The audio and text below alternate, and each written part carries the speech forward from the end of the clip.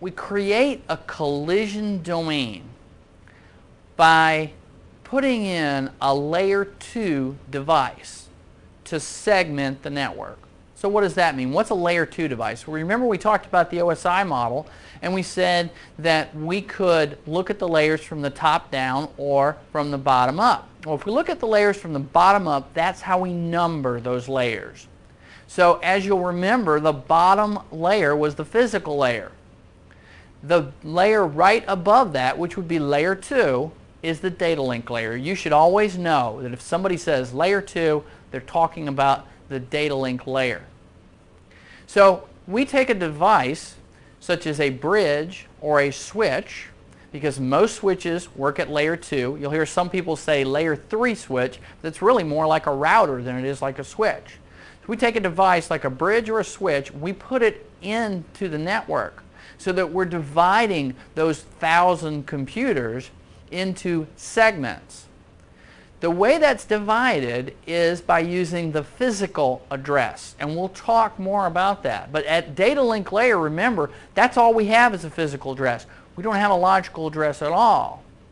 So we use the physical address to divide those networks, and we create network segments. We reduce the traffic on each segment because we create more segments.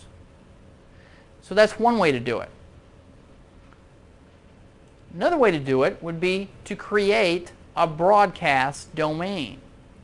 Now what a broadcast domain really is it's like taking that network, that one network that has 1,000 computers in it right now, and logically separating that network into little networks called subnets.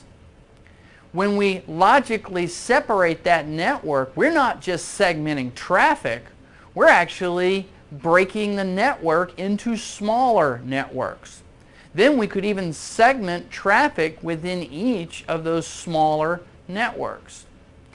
But we don't create broadcast domains with layer 2 devices, because remember, logical addressing doesn't happen at layer 2. It doesn't happen at the data link layer. Let's go up one more layer to layer 3, which, as you'll remember, is the network layer. And at the network layer, we can create logical addresses. We can follow logical addresses.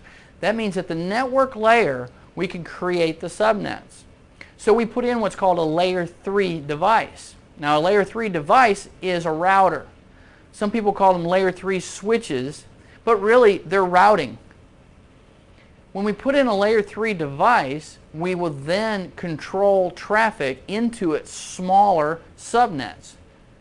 As I said, we can then take each one of those subnets and divide the traffic within them. We can segment the traffic within our smaller subnets.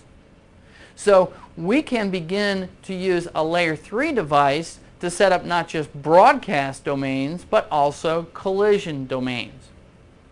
And the layer 3 device will use logical IP addressing, not just physical IP addressing. So those are the two ways that we can separate network traffic. It's important that we understand the differences between collision domains and broadcast domains. And it's very important that we understand how all of this is created, what the different devices do.